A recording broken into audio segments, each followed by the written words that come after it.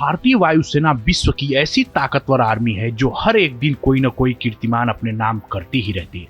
इस सेना के सामने बड़े से बड़ा सुरमा अपने घुटने टेक देता है, जिसका ताजा उदाहरण आपने पाकिस्तान के खिलाफ देखा होगा।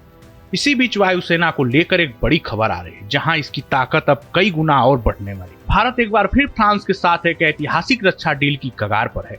भारतीय रक्षा मंत्रालय ने भारतीय वायुसेना के लिए मेक इन इंडिया कार्यक्रम के तहत 114 राफेल फाइटर एयरक्राफ्ट के निर्माण को मंजूरी दे दी है। ये डील लगभग 3.24 लाख करोड़ रुपए की अनुमानित लागत से होने वाली है। यही नहीं, ये डील दुनिया की सबसे बड़ी फाइटर एयरक्राफ्ट निर्माण डील्स में से एक हो सकती है। इस पूरे डील में एक बात चौंकाने वाली है कि इसमें जो भी राफेल जेट की बात हो रही है, उनका निर्माण कहीं और नहीं बल्कि भारत में ही होगा। अब इस फाइटर जेट को लेकर ये सवाल उठ रहे हैं कि अगर ये लड़ाकू विमान भारत में बनते हैं तो क्या भारत उन्हें दूसरे देशों को बेच सकता है या नहीं।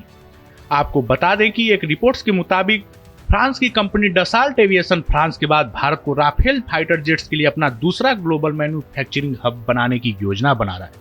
यानी कि भारत में बनने वाले एयरक्राफ्ट सिर्फ भारतीय वायुसेना की जरूरतों तक ही सीमित नहीं रहेंगे, बल्कि यहाँ पर बनी यूनिट्स का इस्तेमाल इंटरनेशनल एक्सपोर्ट ऑर्डर को पूरा करने के लिए भी किया जा सकता है। महाराष्ट्र राज्य के नागपुर में एक स्पेशल इकोनॉमिक जोन में एक dedicated Rafale final assembly line लगाई जा रही है, जिसको लेकर ऐसी उम्मीद की जा रही है कि यह फैसिलिटी हर साल 24 फाइटर जेट तक बनाएगी।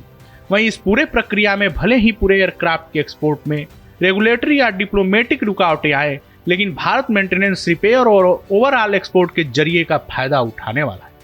भारत का राफेल इस्तेमाल करने वाले देशों के लिए एक रीजनल एमआरओ अब के तौर पर विकसित किया जा रहा है। आपकी जानकारी के लिए बता दें कि भारत में राफेल जेट बनाने का एक सबसे बड़ा फायदा स्वदेशी हथियारों और सिस्टम का इंटीग्रेशन है। भारत में बने राफेल में भारतीय मिसाइल जैसे extra beyond visual range air to air missile लगाई जाएगी। यह कस्टमाइजेशन एक खास इंडियन राफेल वेरिएंट बनाता है। आपको बता दें कि राफेल फाइटर जेट के मुख्य बौद्धिक संपदा अधिकार फ्रांस के पास ही रहेंगे। मेक इन इंडिया फ्रेमवर्क के तहत भारतीय राफेल प्रोग्राम में लगभग 60% स्वदेशीकरण की उम्मीद की जा रही है।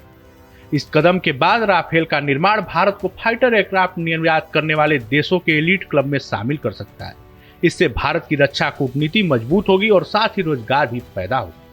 इस पूरे मामले को लेकर आपकी क्या राय है, हमें कमेंट बॉक्स में जरूर शेयर करें।